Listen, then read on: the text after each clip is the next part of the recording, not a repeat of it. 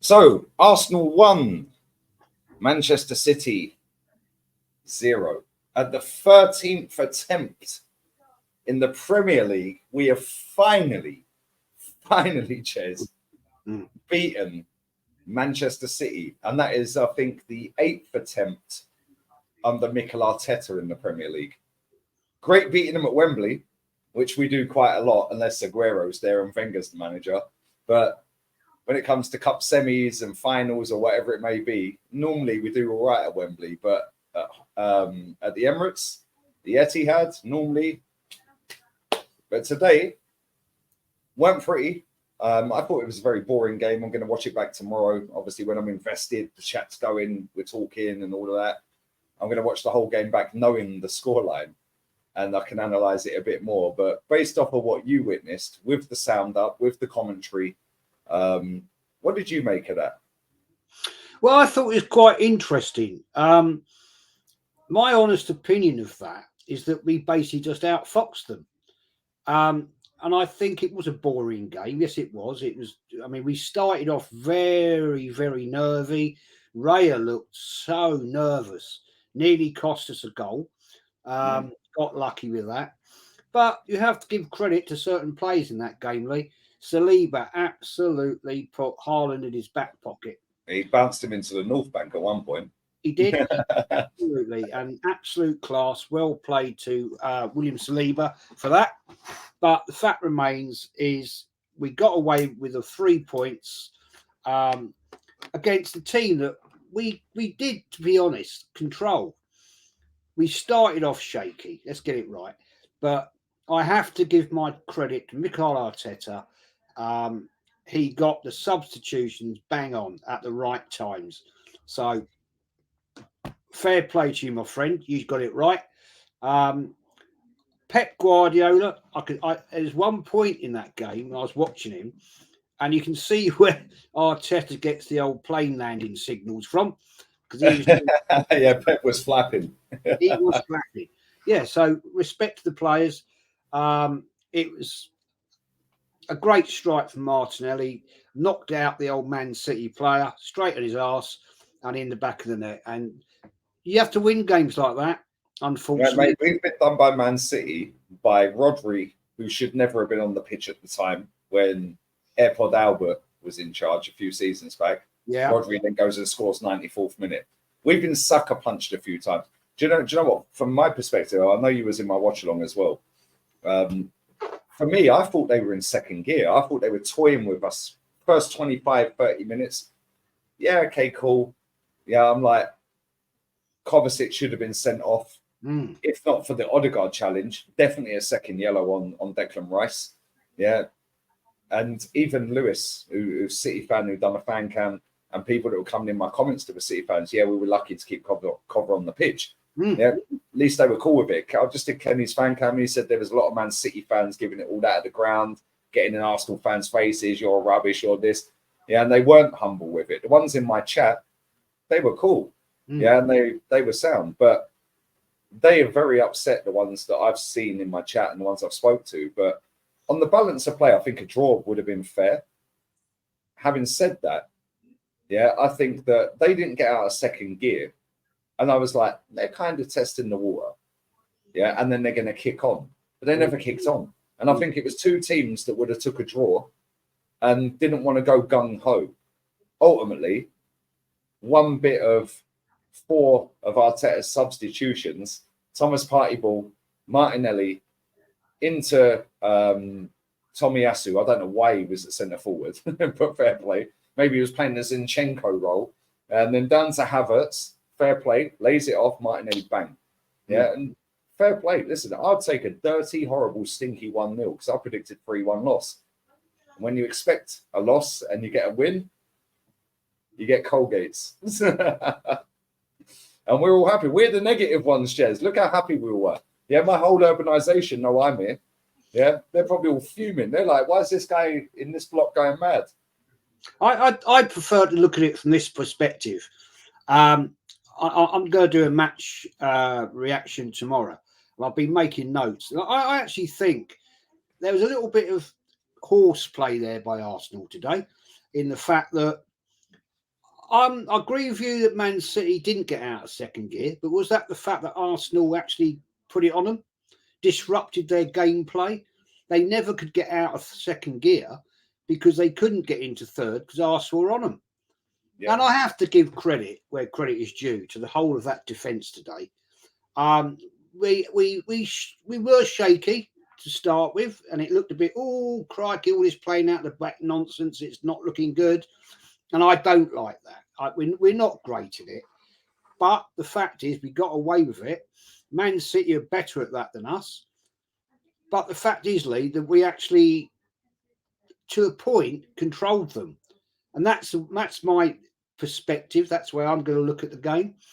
Yeah, Man City weren't great today, but I think because Arsenal disrupted their way of playing and they didn't actually have another way of going about it. I mean, Haaland, I mean, where was he today, man? Mate, he was shocking. He had one chance where I was like, oh, he's up against Gabriel, and Gabriel's let the ball bounce, and I'm thinking, yeah, luckily the bounce went the opposite way. Then he had another one where he was on the run. I think Rico Lewis had the ball, and he was going to slide it down the wing, and he had the legs on Saliba, and Saliba just went, see you later. Yeah, you can bounce back to the North Bank lower, mate. Yeah, other than that, he weren't in the game. And when I spoke to Lewis, he said a lot of City fans are moaning that Haaland was ineffective, he was this, he was that. I'd mainly blame Alvarez. I'd mainly blame Foden. Yeah, because what's the striker supposed to do if he ain't getting any service? Exactly. He got nothing today.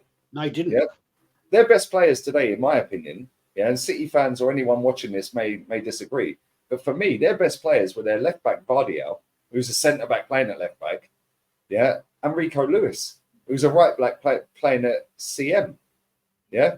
Like, other than that, what did they do? Bernardo Silva was poor today. Yeah, he was so deep at times, picking the ball up off the goalkeeper. I'm like, really? Yeah, mate, you're right. Listen, we all want the hustle and bustle. We all want the sexy football from last season. We ain't seen that from Arsenal this season. Man City ain't seen the back end of their last season filter into this season. The one thing I will say, it's great that we've beaten them, and I'm absolutely buzzing we've beaten them. However, we was 8 points clear of them at one point, and they caught us. So I'm not going to get carried away. I'm going to enjoy it for the next 48 hours. We're in an international break coming up. Then we've got Chelsea. I'm going to absolutely be buzzing on the podcast with you and Kenny tomorrow. I'm going to take that into the show with Rance and Terry. After that on Wednesday, cool. It's just another game. We won it. Yeah, now we move on. Now we look at Chelsea away. Now we look at this game. Now we look at Sevilla away. That's a mad important game for us. Because whilst it's great beating City, I said this on the podcast on Monday, wouldn't it be true Arsenal fashion to do the double over and still not win the league? So whilst it's great we've got that off our back and we've beaten them, it's not over. There's still 30 games to go. Let's not get carried away. Enjoy it, but don't over-egg it. Absolutely. There's still work to be done. Let's get it right. And I'm sorry, I think the worst player on that part today was Nketiah. I mean, how? Sorry? Trossard as well. He was shocking. Yeah, Nketiah was worse, man. I mean, how do you tackle your own player when you're in an offside position? Oh, yeah, Odegaard. I mean, what the hell are you doing, man? Odegaard must have been looking, thinking, you're brain dead, mate. He does it all the time. He goes offside all the time. He's a seasoned professional footballer. Surely he must look down that line and see what he's doing.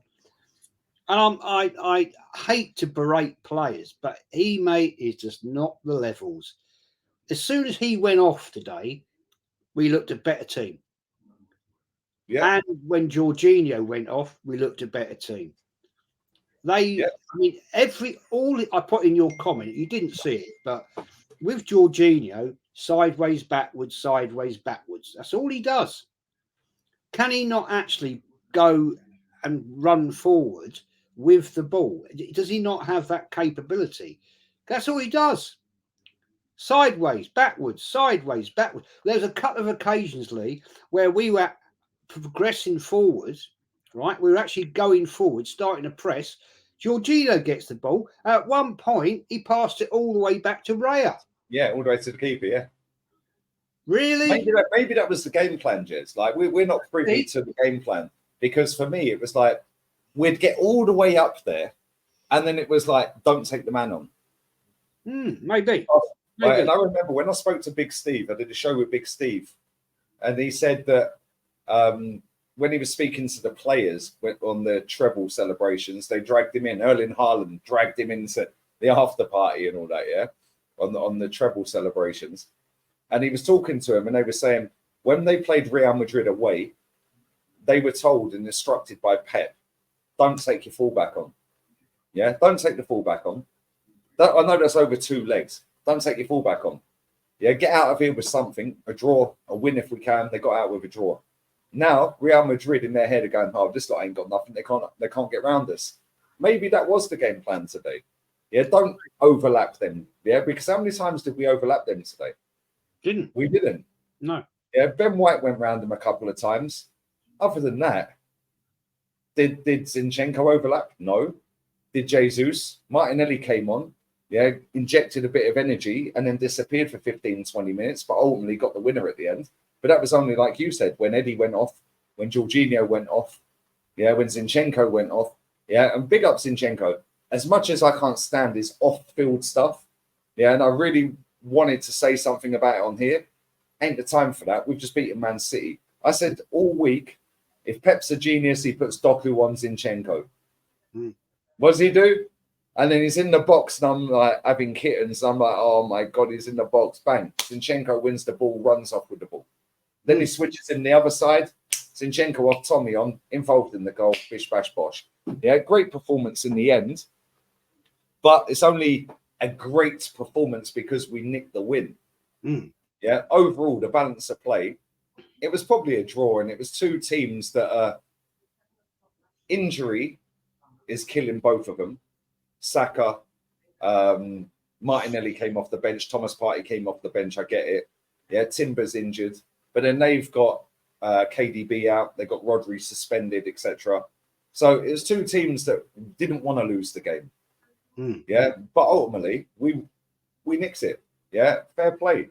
Yeah, fair play. Credit to all of them that are showing player ratings. Jez, love as always. Yeah. Make sure you sub to Arsenal History and More. It'll be in the title, people. Make sure you check out Kenny Ken's fan cam. He was on a London bus on the way home. Make sure you check out my fan cam. Make sure you check out It's LB's fan cam. Lewis, formerly a City Extra. He's fuming. And we've got Matty coming up and Brandon, them player ratings. So about half an hour from now, Jez, we'll be doing player ratings. Yeah, no worries. We're out of here. Up the Arsenal. Come on.